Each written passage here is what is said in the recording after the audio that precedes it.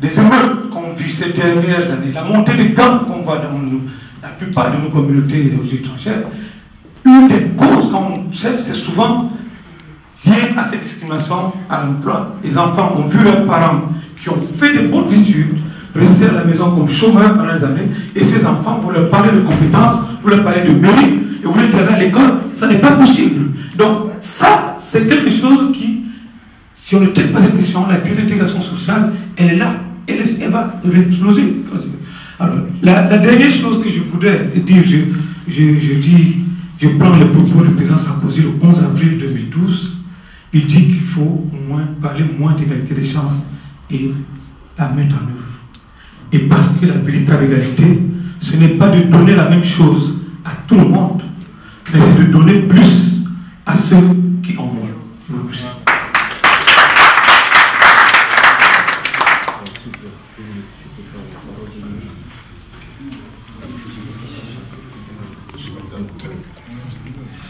Monsieur Nouda, sur l'intervention de Monsieur Imania, est-ce qu'il y a véritablement une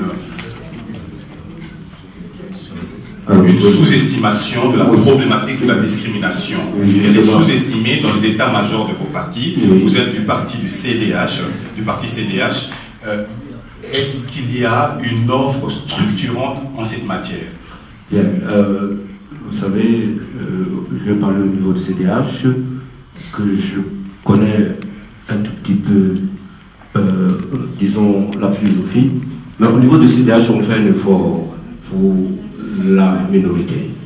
La preuve en est que, si vous voyez, le seul parti en Belgique qui laisse la place à la minorité, c'est le CDH. Alors, maintenant, quant à la question, quand ce qui a été dit par notre frère, ce que moi je veux vous dire ici est qu'il ne faut pas sous-estimer cette chose-là. Il y a une sous-estimation au niveau de la minorité, quand même, parce que on ne veut pas valoriser nos compétences, ça c'est bien, on ne veut pas, disons, voir comment nous donner la possibilité de nous exprimer pour que nous puissions montrer notre capacité. Voilà ce que je voulais dire. Je vous remercie pour votre intervention. Je m'adresse peut-être à madame. Vous êtes du PTB. Vous êtes du PTB. Pensez-vous qu'il y ait réellement une sous-estimation de la problématique de la discrimination dans notre pays par rapport, par exemple, à la discrimination dont subissaient les femmes et pour laquelle la réponse qui a été apportée, qui est une réponse juridique qui tente à imposer la présence des femmes dans toute une série de lieux, les conseils d'administration, les listes des partis politiques, pensez-vous pas qu'il y ait, comment dire, en la matière, une sous-estimation tout simplement? Est-ce qu'on ne tend pas à mettre le problème sous le tapis? Je vous l'ai dit tout à l'heure, je suis donc algérienne, parents mineurs, enfin père mineur en tout cas. Donc à l'époque, les premiers mineurs étaient des Italiens, donc ils ont été maltraités, racisme, etc. Puis les Algériens sont arrivés, puis d'autres. Et je me rends compte maintenant que même dans la population étrangère, on a déplacé le problème, c'est-à-dire que maintenant les Italiens sont considérés comme des Européens, donc comme des gens, on va dire pratiquement des Belges. Et maintenant, bon, il y a un problème à Charleroi en ce qui concerne les Algériens par rapport à la drogue, on est un peu au courant de tout ce qui se passe. Donc on déplace le problème à ce niveau-là, donc les Italiens parlent des Algériens, les Algériens parlent d'autres nationalités qui arrivent, par exemple des Roms. D'autres populations, pardon. Là où je peux peut-être réagir, c'est vraiment au niveau de l'enseignement, parce que je suis dans une école où on accepte encore, par exemple, le port du voile. Donc une des seules écoles où on accepte le port du voile. Il y a énormément de jeunes filles qui sont voilées. Je vous dis sincèrement, moi je ne sais pas comment réagir, parce que est-ce qu'il faut refuser, alors est-ce qu'elles vont partir, est-ce qu'il faut accepter, je n'en sais rien, mais je sais qu'il y a une tension quotidienne, parce que certains se posent des questions, pourquoi pas, pourquoi on accepte, et puis il y a même des parents qui enlèvent leurs enfants de cette école parce que on se dit que c'est pas très laïque. Moi, ce que je pense vraiment au niveau de l'enseignement, c'est qu'on doit essayer d'emmener nos enfants le plus loin possible. Et j'ai pas l'impression que c'est ce qu'on fait justement. Pourquoi? Parce que, par exemple, quand il y a des primo-arrivants, justement, eh bien, ces enfants, moi j'entends parfois dans les conseils de classe, on dit oui, il sait pas parler français. Alors je dis mais non, il sait pas parler français, mais il est quand même bilingue, il a quand même déjà une première langue, cet enfant. Essayez peut-être de parler une deuxième langue, on verra ce que vous ferez. Donc on peut pas dire que cet enfant est bête, idiot, parce qu'il ne parle pas bien français. Alors qu'est-ce qui est mis en place pour mettre cet enfant au niveau de la langue pour qu'il puisse aller plus loin? Ben, pas grand-chose, il y a des cours de FLE, ce qu'on appelle français langue étrangère. Mais encore une fois, c'est limité parce que dans l'enseignement, en tout cas, je suis dans la communauté française, on est dans la Fédération Wallonie-Bruxelles, on est limité au niveau des heures, donc on n'a pas assez de moyens que pour aider cet enfant à aller plus loin. C'est pas normal qu'on l'envoie aussitôt en professionnel. Je pense qu'on a le temps plus tard de faire des études. Encore une fois, moi j'ai pris des études à 30 ans. Pourquoi? Parce que quand j'ai commencé, j'étais dans une école où Madame, vous allez me couper. Vous allez me couper, mais je vais quand même. Merci parce qu'il y a pas mal d'intervenants. Je vous remercie pour votre réponse. Monsieur Alain Otome. Encore CDH. Ce n'est pas la faute du CDH. Ce n'est pas la faute du CDH. Ça a été dit tout à l'heure.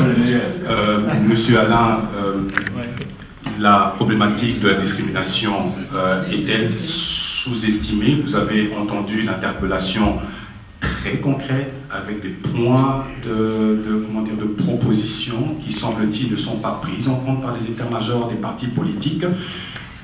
Comment répondez-vous à cela? Effectivement, écoutez, déjà l'important de ce débat d'aujourd'hui, on est là pour ça effectivement. Je pense qu'il n'y a personne qui a la science infuse. Donc on est tous appelés à y réfléchir, à trouver des solutions. Mais concernant effectivement toutes ces questions liées aux racines, je pense qu'effectivement, on est dans un état de droit. Donc ça veut dire qu'il y a des lois qui sont là, mais cependant on se rend compte que rien ne change dans les faits. Donc ça veut dire qu'il faudrait interpeller quand même les décideurs, effectivement, parce que bon, la diversité culturelle contribue également à la cohésion sociale. On ne peut pas continuer à ignorer tous ces faits parce que, bon, voilà, on vit dans un état de droit. Je pense qu'on doit interpeller les décideurs politiques afin qu'on puisse effectivement, puisqu'on a coulé les lois, on a un arsenal juridique, donc effectivement, ils doivent effectivement respecter quand même les lois, les propositions qui sont coulées dans la loi. Voilà, tout simplement. Mais cependant, pour avoir de quoi, il faut qu'il y ait une organisation, parce qu'on ne peut pas, monsieur tout le monde ne peut pas interpeller les décideurs. Il faut effectivement qu'il y ait une organisation qui puisse identifier l'ensemble des programmes qui ne vont pas pour essayer d'interpeller le décideur en tant qu'organisation. Je pense à une association, une institution qui est habilitée effectivement à pouvoir, interpeller les hommes politiques. Voilà ce que j'en pense. Voilà. Je vous remercie. Monsieur Janvier Tiatia Bisséné pour le parti Écolo. Sous-estimation de la problématique?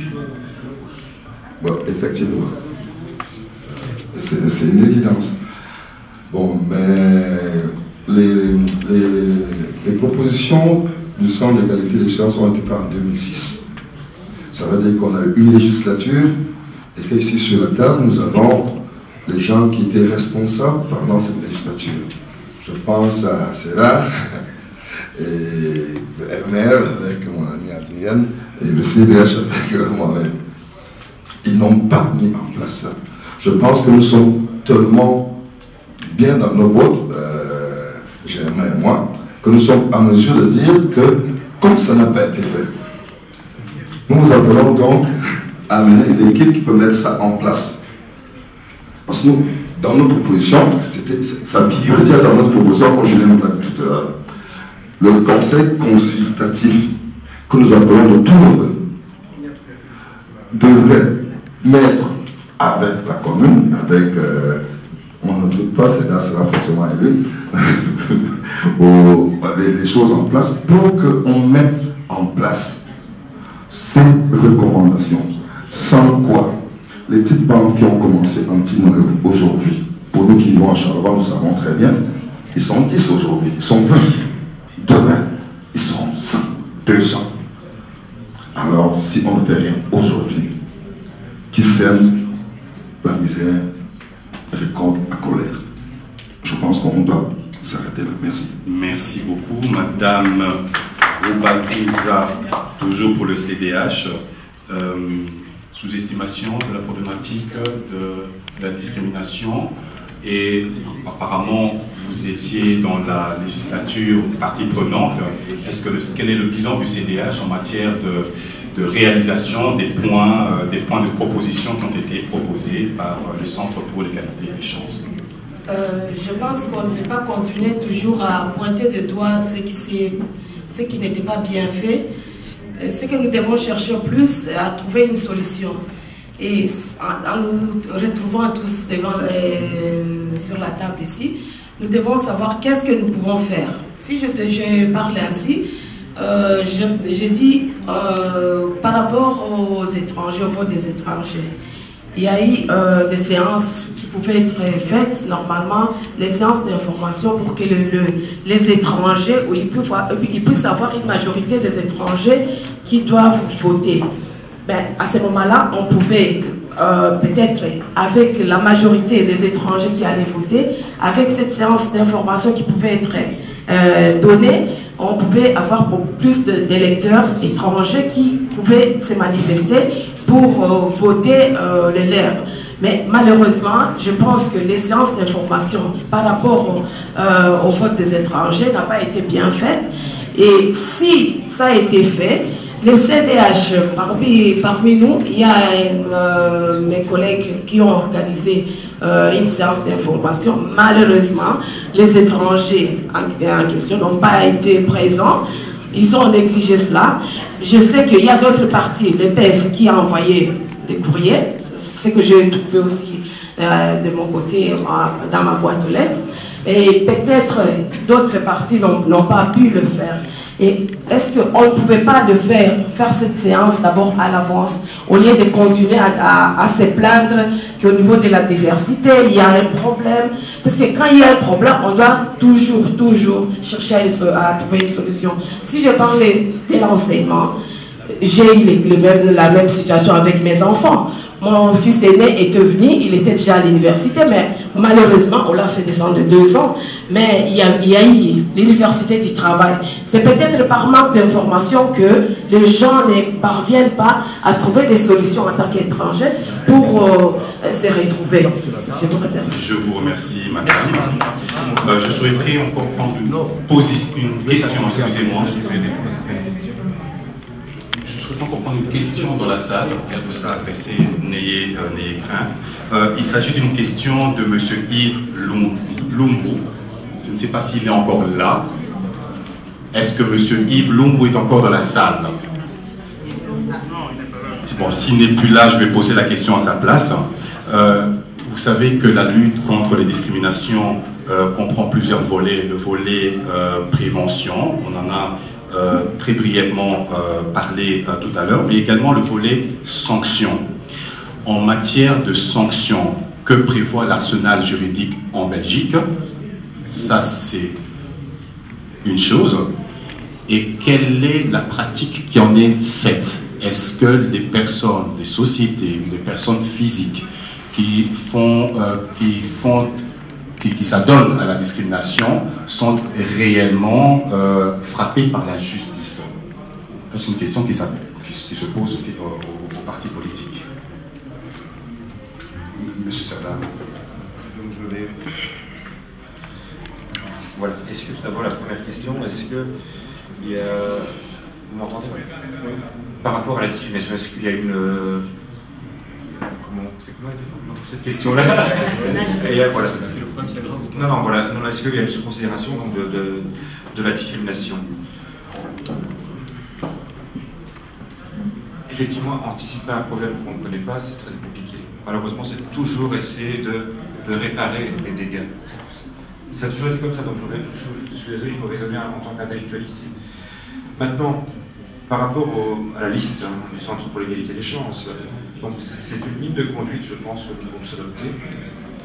Et je reviens avec le plan local d'intégration. Donc, tous les opérateurs des associations connaissent cette structure-là. Tous les opérateurs sont invités à venir, donc, donc opérateurs publics tels que les communes, et également privés tels que les associations sont invités à contribuer et à faire un peu cette cartographie de ce qui se fait en matière d'intégration sur un territoire bien donné. Donc si tout le monde jouait le jeu, je pense qu'on aurait d'abord un inventaire clair de ce qui va, de ce qui ne va pas, ce sera important. Maintenant, je regardais, Marie-Noël, une critique par rapport à la politique de sensibilisation par rapport aux droits de vote des étrangers. Donc il y a eu des moyens alloués. Donc nous avons contacté, je parle en tant que président du CRIC cette fois-ci, à plusieurs reprises, tous les centres, venez, tout d'abord, nous sommes un acteur de deuxième ligne. Nous ne pourrons pas aller sensibiliser votre public. Ce n'est pas notre rôle, le décret ne nous le permet pas. Mais, donc, par contre, nous pouvons vous expliquer, je parle du CRIC parce que on ne peut pas réduire le problème au niveau de Charleroi.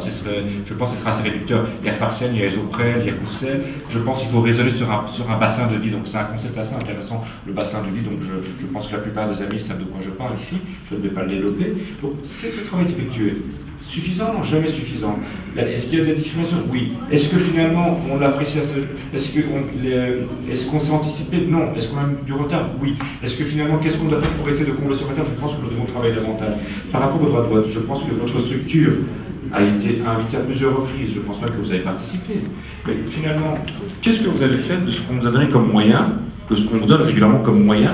Je pense qu'on donne pas mal de milliers d'euros par an. Je pense même qu'on vous donne des postes aussi, donc financés par le public. Et finalement, quel est le résultat de votre action? Est-ce que vous avez réussi à remplir les missions en tant qu'opérateur privé? Donc ça, moi, je vous renvoie la question. Oui, la ville, oui. Oui, la région, oui. Oui, la communauté, oui, je prends. Oui, je veux bien chaque fois critiquer le service public. Mais la demande et les subventions pour lesquelles nous donnons sont très claires. Est-ce que vous avez remplacé? Je ne veux même pas rentrer dans la polémique, mais est-ce que finalement vous êtes tout à fait ouvert en matière d'embauche aussi chez vous? Est-ce que voilà, vous êtes, je pense, le président d'une structure dont votre fils est directeur? Est-ce que c'est vraiment de la bonne couverture? Vous allez changer alors il n'y a pas longtemps. Et finalement, avant de faire la leçon, je pense que regardons un peu le linge sale que nous avons à l'intérieur. Donc nous allons continuer à aider les opérateurs privés. Nous devons faire. Mais je pense que les opérateurs privés doivent remplir la position Marie-Noël. Et c'est vrai que cette question-là, vous deviez vraiment vous la poser vraiment avant, parce que nous, on va donner les moyens. Monsieur Germain, la question a trait aux mesures juridiques qui sont de mise au combat de la discrimination. Et quelle en est la pratique d'effectivité? Est-ce que c'est Oui, donc je vais répondre brièvement. Ce que je sais à cette question, c'est une question juridique pointue. Hein. Donc, globalement, le grand problème sur la question de pouvoir réprimer les actes de xénophobie ou des actes racistes, c'est déjà de pouvoir le prouver. C'est de pouvoir démontrer qu'il s'est passé quelque chose. Ça, c'est le grand problème. Et la loi là-dessus, elle est assez compliquée, puisque c'est une loi qui demande effectivement qu'on puisse prouver qu'il y a eu une attaque raciste ou xénophobe. Et un acte raciste ou un discours raciste, un discours xénophobe, c'est ce qu'on appelle en fait en termes juridiques un délit de presse. Donc ça doit être jugé dans une juridiction élevée. Et donc il faut pouvoir prouver ça. C'est pour ça que nous, ce qu'on propose, d'ailleurs c'est pas notre invention, nous on l'apporte comme acteur politique, mais c'est pas notre invention, c'est le MRAT, c'est le Centre de l'égalité des chances qui en a parlé. Il faut absolument mettre en place des testings. La commune peut mettre en place des testings pour démontrer, preuve à l'appui, que si maintenant on envoie un candidat blanc bleu belge, pour reprendre cette expression, à un poste, ben, il sera pris, et si on envoie un candidat qualifié de la même manière, compétent de la même manière, pour le même poste, en fait il sera pas repris. Et à ce moment-là, on peut commencer à agir. Ça, c'est pour ça qu'il faut cette proposition-là, cette proposition concrète-là. Je voudrais dire deux mots quand même sur une, je ne vais pas l'appeler c'est une attaque, je pense qu'il faut rester serein, Serdar, par rapport au débat qu'on a maintenant. Donc, quand on parlait tantôt du conseil, de l'initiative de NAMU de mettre en place un service de médiation interculturelle, la proposition du Centre de l'égalité des chances, c'est bien de mettre en place un service de médiation interculturelle au niveau de la commune. C'est au niveau de la commune. C'est à la commune même, et donc ça a pour objectif de mettre au centre cette question d'intégration culturelle et de médiation interculturelle, et aussi de permettre aux institutions de s'adresser à ce service pour pouvoir faciliter les choses entre institutions ou dans son institution elle-même. À Charleroi, ce qui existe, c'est un service de médiation interculturelle lié au CPS de Charleroi. C'est ça qui existe. Ok? Et donc, qui donne des cours de français, ou Monsieur Doursoun, travaille. Donc, l'autre proposition du centre de l'égalité des chances n'existe pas. Et l'autre aspect sur les gens du voyage, il existe un service régional, effectivement, qui va aider les communes à gérer cette question des gens du voyage, mais dans certaines communes, on a même été jusqu'à nommer quelqu'un, une personne, qui allait servir de médiateur. C'est ça la proposition qui est faite. Donc, je pense que dans le débat, c'est vrai, ce qu'il dit dans le débat, moi je ne prétends pas connaître les dossiers comme vous les connaissez, je lis les documents, je lis ce qui est disponible, je ne prétends pas connaître ce que vous connaissez, j'en serai plus quand je serai au conseil communal, mais un élément que je veux dire, je veux quand même inviter tout le monde, effectivement, et là-dessus je peux suivre Serda, à effectivement lire sérieusement les textes.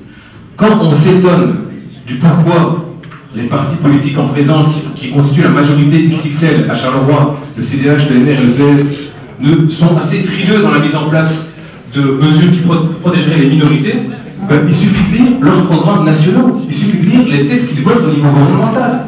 Il faut lire ça. Et à ce moment-là, effectivement, on se rend compte que l'idéologie dans laquelle on est pour le moment, c'est une idéologie où on va conserver le précarité européen pour ceux qui sont déjà point à la ligne. C'est là-dedans qu'on est, c'est dans cette idéologie-là qu'on est. Et donc, le second aspect, c'est la question de la crise. La question de la discrimination, elle est importante. Pourquoi? Elle est importante parce qu'on ne peut juger une société qu'à la manière dont elle traite les éléments les plus vulnérables de la société. Et là, ce qu'on voit à travers la question de la discrimination, c'est que les éléments les plus vulnérables de la société étant maltraités, forcément, ça posera des questions qui vont regarder l'ensemble de la société. Et la crise économique qu'on vit pour le moment, on nous dit qu'on est en crise économique. C'est vrai, crise financière, crise économique. La vraie question, c'est à qui les partis qui dirigent la Belgique pour le moment, à qui ils font payer cette crise? Est-ce qu'ils la font payer à ceux qui l'ont provoquée? Les spéculateurs? Les multinationales? Ou est-ce qu'ils la font payer aux gens? Et pour le moment, la crise, c'est nous qui la payons. Ils la font payer aux gens. Alors du coup, ils ont moins d'argent pour l'associatif, ils ont moins d'argent pour l'école, pour l'accompagnement des jeunes, et donc finalement, on la fait payer à l'ensemble de la population, et plus particulièrement aux éléments les plus vulnérables, à savoir les personnes qui sont issues de l'immigration. Un seul exemple, le logement. La question du logement. À Charleroi, il y a 9600 logements sociaux. Mais en fait, on a besoin d'au moins le double. Parce qu'il y a 8000 demandes répertoriées à Charleroi.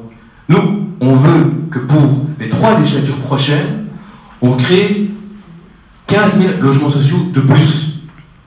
Il faut ça. Ça va résoudre 2 problèmes. Ça va résoudre le problème du logement, mais ça va aussi résoudre les problèmes de tension entre les communautés qui existent à cause du logement. Monsieur Germain, à cause du logement. Merci pour votre... Non, on peut pas dire que le CDH le fait, parce que le CDH est au pouvoir aussi bien au niveau communal que fédéral, il ne le fait pas. On nous a merci au terme du débat.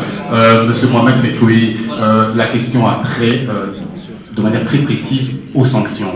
Il y a moins de 10 ans, une société de travail temporaire a été reconnue coupable de discrimination à l'emploi.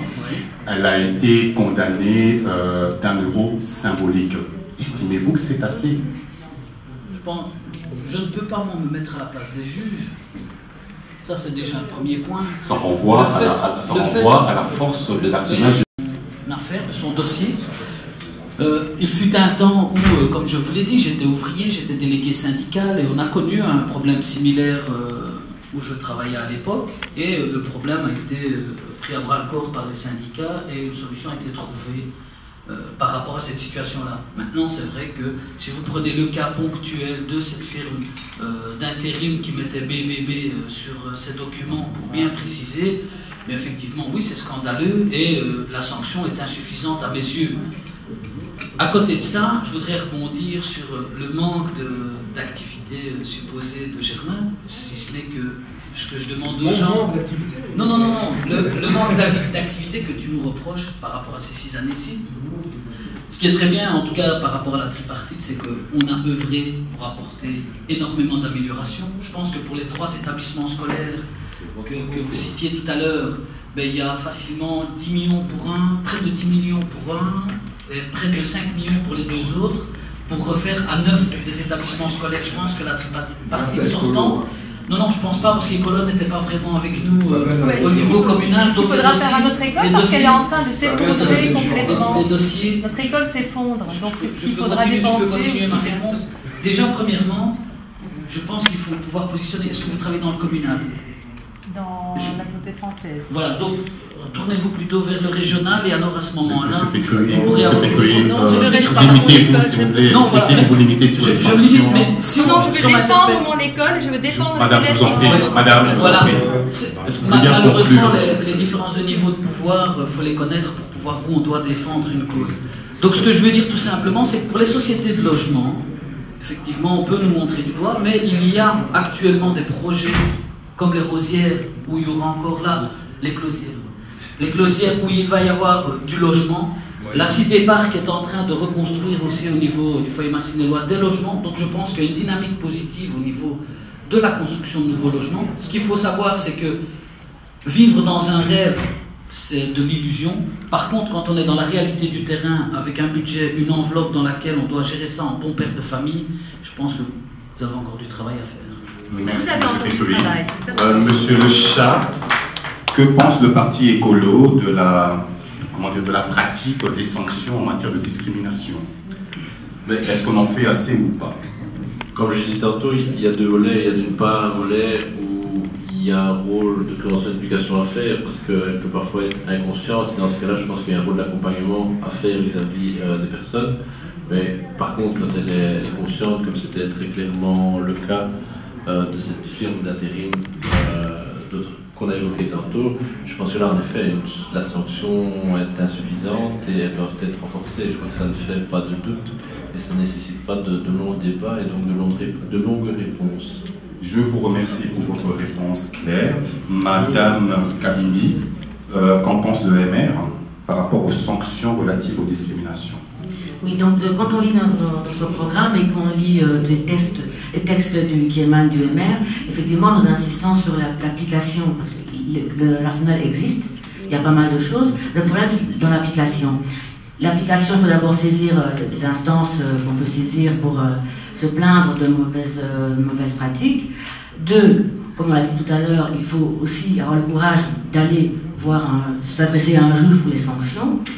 Et ça, il y a aussi une information à donner, une éducation, guillemets, en tout cas, sensibiliser les gens, les encourager, les accompagner en disant que c'est leur droit, comme c'est un droit, et dès qu'on a un droit, on est aussi habilité dans un état de droit, je répète, à pouvoir le défendre et le faire respecter. Ça, c'est important. Maintenant, au niveau des sanctions qui sont introduites en matière de discrimination, par la justice, c'est vrai, la justice, le juge, on s'adresse à un juge, il applique la loi, en tout cas il est censé l'appliquer, et il statue sur une question. Maintenant, je ne sais pas très bien si elle a été condamnée à 1 euro provisionnel ou carrément 1 euro symbolique, ça je ne sais pas. Est-ce que la personne a réclamé aussi des dommages? Ça aussi, donc la réparation du dommage qu'il a subi. Aller au tribunal, dire voilà, il faut la condamner, elle est condamnée, et ne pas réclamer une réparation, ben, on ne vous la donne pas si vous ne la demandez pas. Donc, sur l'euro symbolique, professionnel, je ne sais pas me positionner, parce que je ne connais pas exactement de quoi il s'agissait précisément en termes de décision. Je vous remercie pour votre réponse, Madame Adrienne. Oui, je crois que la question des sanctions est... La question des sanctions, effectivement, par rapport à des pays comme la France, la Belgique est un peu à la traîne à ce niveau-là. L'une des raisons d'abord, c'est le fait que très peu de gens effectivement portent plainte. Ou alors lorsque les gens portent plainte, quand même la plupart de ces dossiers sont classés sans suite au parquet. Ça, il faut également le noter. Ça, c'est également des faits. Alors, en France, en 2009, il y a eu 2 condamnations importantes. Affaire Daytona, c'est-à-dire une société d'Odesse, qui a été condamnée à 20 000 € pour fichage ethnique. En premier essai, elle avait été condamnée à 3 000 ou 4 000 €, et puis il y a eu appel, n'est-ce pas, du parquet. La deuxième affaire, c'est ADECO, toujours en 2009. ADECO a été condamnée à 30 000 € d'amende. C'était deux sociétés, des animatrices qui devaient être recrutées, elles étaient BBR, c'est-à-dire bleu, blanc, rouge, donc des Françaises et blanches. Donc en France, ça avance, il y a d'autres jugements. En Belgique, c'est encore un peu long. Je pense effectivement qu'il faudrait insister sur les plaintes